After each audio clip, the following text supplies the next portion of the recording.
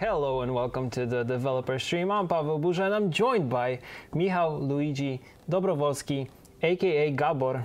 Maybe, oh, wait. maybe. That's a spoiler already. Ah, the leak, a leak. Yeah, we promised leaks, so we had to start with a leak. Make it easy. All right, what are we going to talk about today? So first of all, we're talking about the, I'll let you say something. Mahakam Ale Festival. This is actually our first holiday event that is coming with the upcoming patch. And obviously it's first, and each and every one that will be following this one will be even better than this one. And we hope you will really like it. We'll actually tell you something about it during this stream. We don't want to spoil everything for you, so we'll just, you know, browse through it and just we'll show you the basics of how it works, what you can expect from it, but we won't go into specifics. We will also talk about the awards that you will get without going, of course, into specifics, because we want you to discover what you can actually unlock within the game. Except for that, we'll also talk about my favorite part, which is gameplay and balance changes. Yeah, we'll get there. We'll get there. But and also bug fixes. And also, you told me that you're going to talk about a little bit about the future. Yeah, only kind of touch upon it. Yeah, this will be like a small tease about the future. Yeah. But let's actually start with the Ale Festival. Already? I think so, unless you have something else to say first. No, I don't know. I'm just checking. I'm just checking. For somebody, also, you guys recently, I mean, last stream we did, we were a bit tired, which we're sorry for, because some of you were not happy with how the stream kind of panned out, and requested a presentation. And from our, let's say, experience, it's quite difficult to do a PowerPoint presentation of what we show. It's easier to do it within the game. So we'll try to keep this stream short. I think it'll last around 40 minutes, maybe a little bit longer. And yeah, just wanted to start with that. Yeah. We're really sorry. We will be more energetic. I don't think it was energy. It's just you know, digressions. I know. Yeah. But we're more. You read organized. the comments. We're more organized now. So yes, we're very much better. All right, Mahakam Ale Festival. So let's go into the game, so you can see it. You'll have this panel in the single player menu showing Mahakam Ale Festival. So let's Mahakam Ale Festival will come out with this update, and it will be in the game, available for you to play for 14 days. Cool. Let me click on it. Let's go. Okay, so this is the main screen of Mahakam Ale Festival. And let me actually brief you in what the Mahakam Ale Festival actually is. Yes. So it is a festival organized every 25 years in Mahakam. Once in 25 years. Yes. And Bruverhog, the elder-in-chief of the Mahakam. You know the guy. The one with the big beard. Like yours, except, but his is white. Yeah. So he is organizing a feast, like a festival of drinking and eating. It's basically... And being merry. Exactly, as you can see from the picture. That guy looks happy. Yeah. So, as you can see, we have it divided into two sections. There's a standard mode and an expert mode. These are the difficulties. I'll get to the details a bit later. But for now, let's just focus on 3 panels on the top. Yes. So these are similar in some way to the challenges that you know, but also they are very different. I know that doesn't say a lot, it's a little bit vague, but still, tell me what are the differences within these, let's say, challenges within the Mahakam Ale Festival? Okay, so actually let's start with the 2 that are pretty similar to the challenges. But not entirely. So, Trial of the Glasses. Trial of the Glasses is basically what the name suggests. So you're checking who is a better, I don't know how to Who's a better competitive drinker. Exactly. So it's a battle between dwarves from Mahakam and islanders from Skellige. Yes. And I don't need to mention, actually I can. So as a dwarves, you're obviously playing as Bruverhog, and you're playing against Krach. No, No, sorry, Bran. King Bran. King yeah. Bran, yes. You're playing against King Bran. And the goal of the game, the rules of the game are exactly the same as your normal single-player or multiplayer skirmish, but the cards are a bit different. Even the cards that you know from the game can be different. I mean, can differentiate a bit from the originals. You also have a couple new cards introduced here that you won't expect, but you also have the cards that you know, but their abilities are different. So yes, basically you will have a couple of cards exclusive to this mode for now. But for now. But basically, you will be able to, to check them. You'll be able to play it. It will be really fun. My question is, I don't want to cut you off because if you wanted to mention something else, I just but wanted to go. We should actually, if the chat wants it, of course, we can go into the Trial of Glasses. We won't play it because we don't want to spoil it, but we could show the main screen that normally states kind of the backstory of what's going on. So if you guys want it, let us know, and we'll click on that. Exactly. But there will be a little bit of teaser there because basically the festival is fully voiced. Like the leaders will have voices. Because there will be some interaction between interactions between players, competitors. No. In this case, it's the interaction in the battle between Bruver and King Bran when they talk back to each other. So I'll just click on it. We'll try not to talk. This will last like 1 minute, so it shouldn't be long, right? All have heard of Mahakam, yet few have seen the famed dwarven homeland and stronghold from within. Elder-in-Chief Bruver Hoog is ever distrustful of travelers and opens the gates to them with the greatest reluctance, unless, that is, they come to attend the great Mahakam ale-tucking. For you see, once each quarter century, Mahakam opens its doors to any who wish to celebrate, drunkenness, really. Yet, while the libations are volatile and the hangovers brutal, the feast itself usually remains a peaceful affair. Except for once, when guests from Skellige boasted they could outdrink the dwarves by barrels. Naturally, Bruver Hoog could not let the insult stand unchallenged. And that's that. That's it. We're not going to jump into the game because we want you to discover that. Just a minor tease. Yeah, but as you can expect, as you can see from the very first screen, this entire festival will tell you a short story about that festival. So we're starting with Bruver and King Bran. Then we will go to the Battle of Bards, but we'll cover that the last because this is the most special fight. This is the one that we're most excited for. I mean, I am for sure. I mean, you're telling that you're excited about every single one of them. I am, most excited about every single one of them. So. I always everything is so cool, and I'm most excited for everything. But that's just me. Yeah. So long story short, with the Trial of the Glasses, this is like your normal game, but the cards are a bit different. We've entered the Tippler. So the third one, this is actually a peak of the feast. Like everybody is really, having fun at that point. Yeah. But suddenly somebody barges in, and that somebody is Trollololo, that is leading a bunch of trolls that are angry. Who else would he be leading? Yeah. Exactly. Yeah. They are angry that they weren't invited to the festival. But again, this fight is similar to the normal fight, so you will need to win 2 rounds to win the game. But again, there will be some exclusive cards in there as well with exclusive mechanics. You'll basically need to play around them. I played that challenge today. I won it. Yes. I feel proud, but it was only standard though. I haven't tried the expert one yet. Yeah. So that would be it for both Trial of the Glasses and Enter the Tippler. You actually didn't say anything about the pun on Trial of the Glasses, and you were always making that joke. What?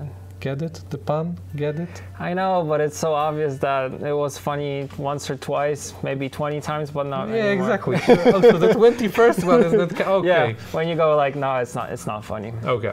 Battle of the Bards, the one that I'm most excited for. Oh, I said it again. But I said it before, right? So yes. It's all right. Cool. So what is it?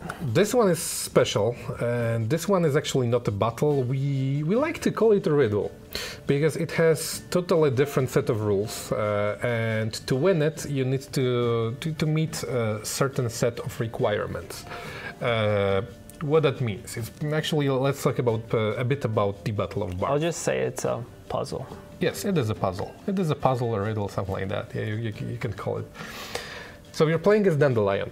That was challenged by Drake Bondu to sing. I can't remember the name of the song, but basically this is a bard battle where they are trying to get the attention of the fans that are gathered there on the festival, and the one that will be the first to gather 4 fans on their stage will win the battle.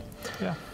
So you can expect a lot of interactions between Dandelion and Drake. Yeah. Some surprises as well. And you know, Dandelion, he's a ladies' man, so yeah, he wants more fans. Yeah, because they're his stage. Exactly.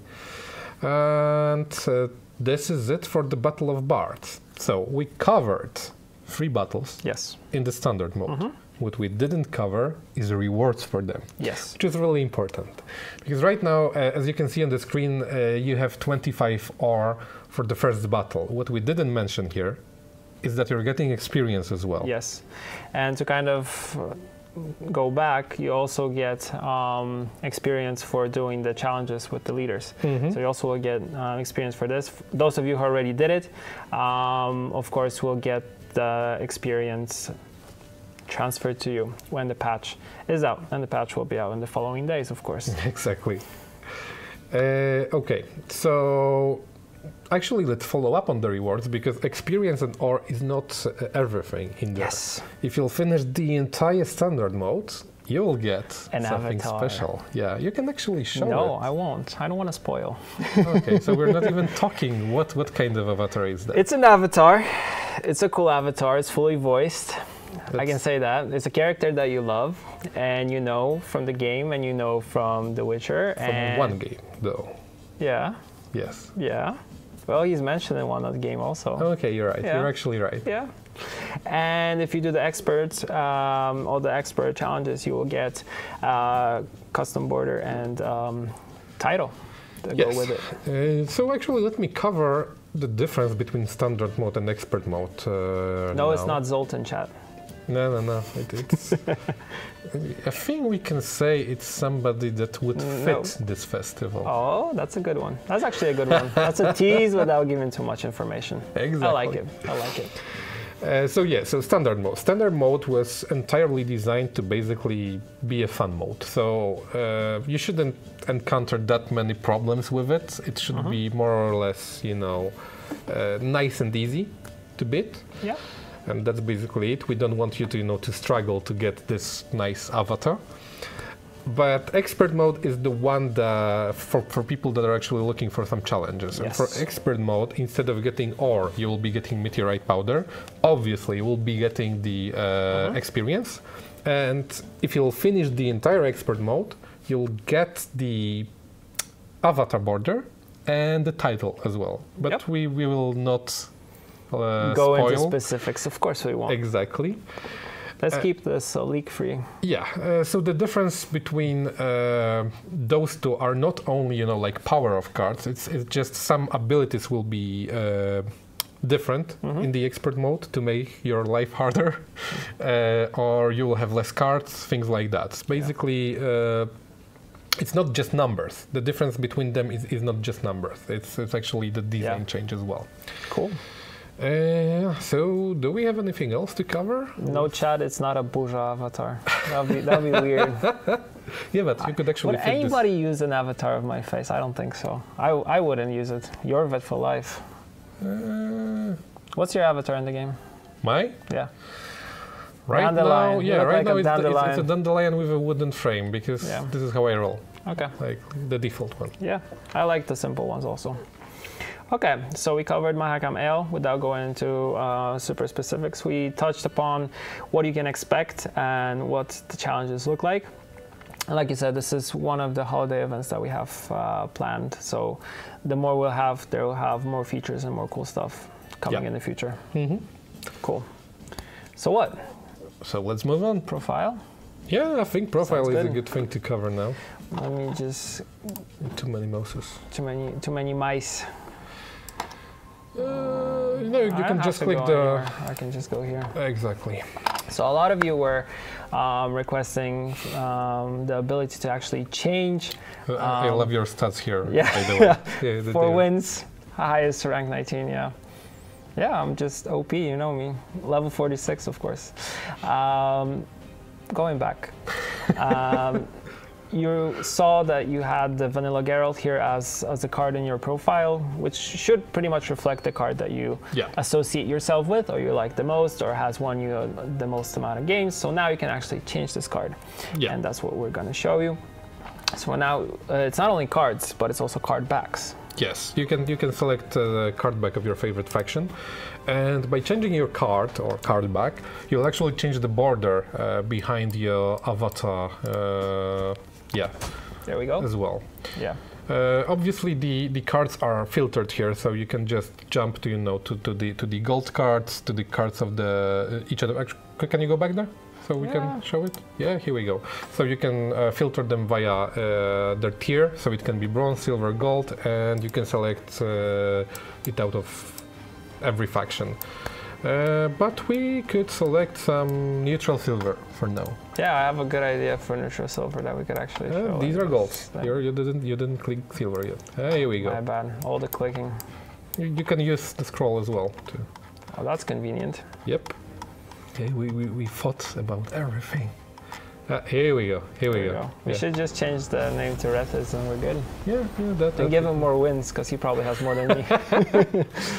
But this is not your, proper account. No, it's just it's a. This is your test account. Yeah. Let's call it. Okay. So this covers it. Yeah, simple as that. Yeah. It's something you guys requested, something that we wanted to, of course, have in the game. The Geralt card was there just to place it somewhere, and the idea was to have. I saw that people were expecting we'll change the card to Hailstorm. Oh, nice. Speaking of that, we should first probably talk about some of the changes to things that were not working properly within the game. Yeah. And so let's start with that. So we'll get to the gameplay changes. 2 changes. You'll say one, I'll say one to make it simple. So maybe I'll cover first the one that was connected to gameplay, because we had we had a really big bug that was connected to resurrecting or consuming the cards that you had currently selected, and sometimes the game was crashing during that moment, and we fixed that. This shouldn't be a problem anymore. It was one of the biggest things biggest bugs that we had with the last patch. And you can cover the next one. Yeah, so the second one was we just simply added the information that in the starter pack, the legendary card that you get is a premium legendary card, so players actually know what they are choosing, because that wasn't stated in the description. Did you want to show that? I think I can. It's interesting. Just jump into the shop and the starter pack. We have it here, and it just says here like premium legendary card. Exactly, and we are actually mentioning that this will be a choice 1 out of 3. Yes. Because this was confusing. Of course. Okay. So now everything states everything properly. Everything. All right, so what? So your favorite part? Yes. Changes to balance. Well, let's get to it.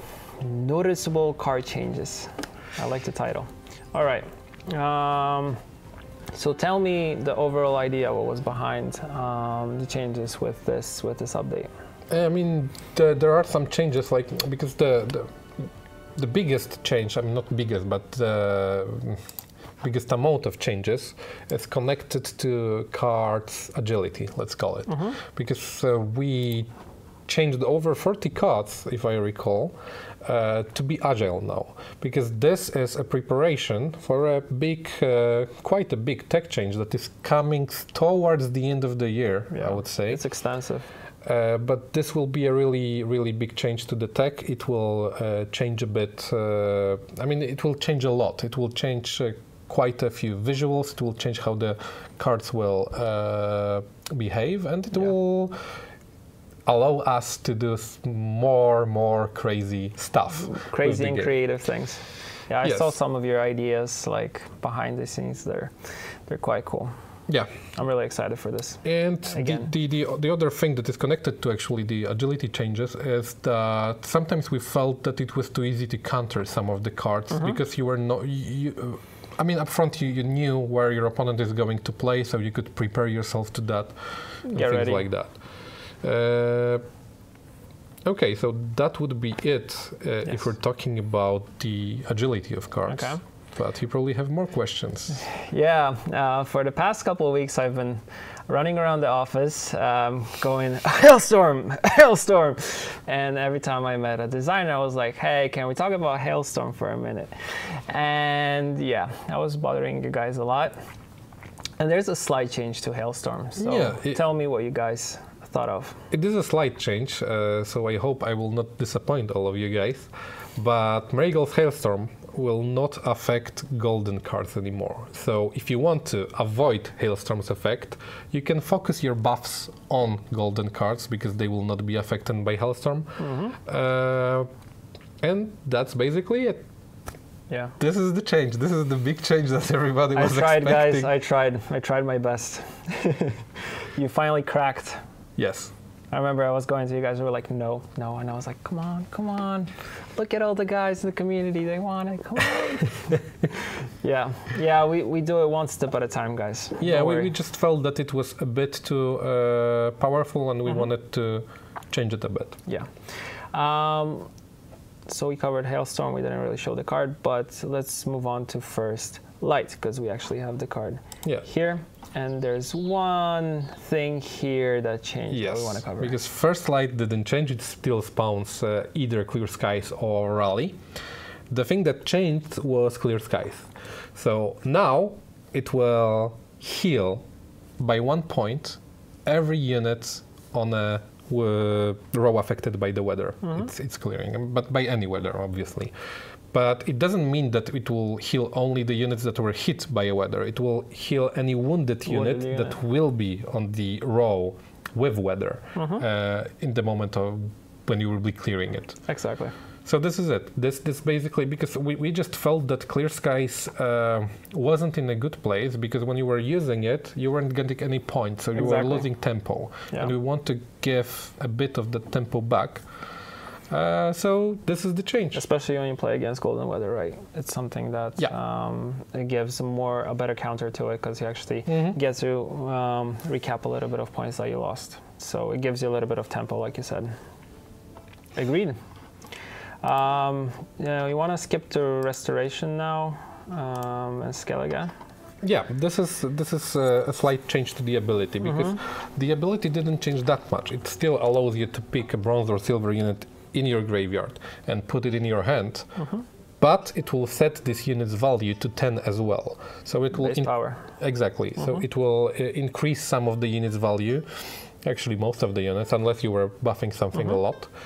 But you can still play it immediately after it's resurrected, because you still can select a card from your entire hand to play after you resurrect a card to your hand. I think I confused a lot of people because I just said it, in such a... Yeah, you like to go around kind of and then to the point. But...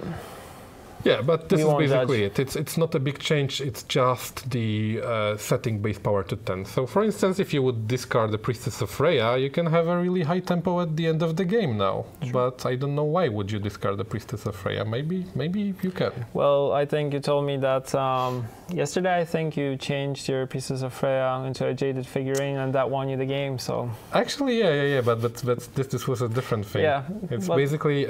sometimes the weird strategies are the good ones. Yeah. Like in my third round, I was on equal points with my opponent, and I had only Jade figurine in my hand. And my opponent's cards were basically almost only ones, and I had a Priestess of Freya. So I just used Jade figurine on my Priestess of Freya to win by one point. Easy. Yeah, easy. Yeah. But I really actually like stuff like that when it happens. Exactly. That's the fun of it. Northern Realms, because this is something that everybody is waiting for, as I can see. You want to start with Heavy Cavalry, maybe? Yeah, go you can scroll down. Step. Yeah, you have it. There we go. Here we go. So yeah, so heavy cavalry. You can notice already two changes here on this screen. These are not big changes, but they are noticeable. First one is we dropped the power of heavy cavalry on 1 point, but we made it all agile as well. I mean, agile. Agile. The reason behind it is basically because it was too easy to counter it. Like when you knew that it's coming on a siege row, you could prepare your succubus up front when you know that your opponent's last card is a heavy cavalry, or you could have played weathers up front on that row, and it was basically really easy to counter You knew them. where the card is actually going, so. Exactly. But at the same time, its power was a bit, I mean, it was a bit too strong, so we needed to drop this 1 point of it. But this is actually not the only change that is connected with this card, because every card with armor is actually connected to this card. Yeah. So And there are some changes here. You have Stannis here. Yeah. So we can show Stannis. So Stannis' ability didn't change. He will still give 5 armor to a unit that he'll draw. But the thing that changed is his own armor. His own armor will be now only 3 points instead of 5, because sometimes he was actually a bit too powerful when he was comboed with Shani. Yeah. Which actually leaves us to another card. Which is Shani. Exactly. Let's go down. There we go. So the change in here is obvious. We just decreased the armor that she's giving. As sometimes it was really hard to play against Shani, that was resurrecting Stannis, and then Stannis was drawing something else. And in total, suddenly you had around, let's say, 19 armor on the board. Too much. It was, and then the heavy cavalry. Yes, it was a bit too much. So now with Shani, if you'll combo her with Stannis, you'll have Stannis that has 5 armor on himself, and he'll give 5 armor to somebody else. So you will still have a 10 armor on the board, but obviously you won't be able to consume it with 1 heavy cavalry. You will need to distribute it between 2. And that is it in terms of the armor changes in Northern Realms. We have one more change in Northern Realms. I mean, a big change. It's not that big, but one slight change in Northern Realms. It's for Nenneke. She basically won't be able to shuffle special cards back to the deck. She'll only be able to shuffle units, and that's the only change. Yeah. Do we have anything else in Northern Realms? I don't think so. I think we covered all the changes here. Yeah, I think these are like all of the big changes that we have. Yeah, because for other factions, what I saw is, like you said, you added a little bit more agility to cards. You said it's over 40 cards that are more agile now. And the other thing is that some power adjustments. So we won't go through all the power adjustments one by one. A lot of people saw that Dijkstra has, or DJ Extra as they call him, has more power, but he's a spy. So it's a change to his card, but the ability is still the same. Yeah, I don't think we will cover all of the number changes. You can just go for that when we'll release the patch notes. Yeah, because everything will be covered there. And I think this is it in terms of the big, like, noticeable balance changes. Exactly. So when it comes to the future, what will actually happen in the future? When it comes to the end of the season, we plan to end it somewhere of the end of October.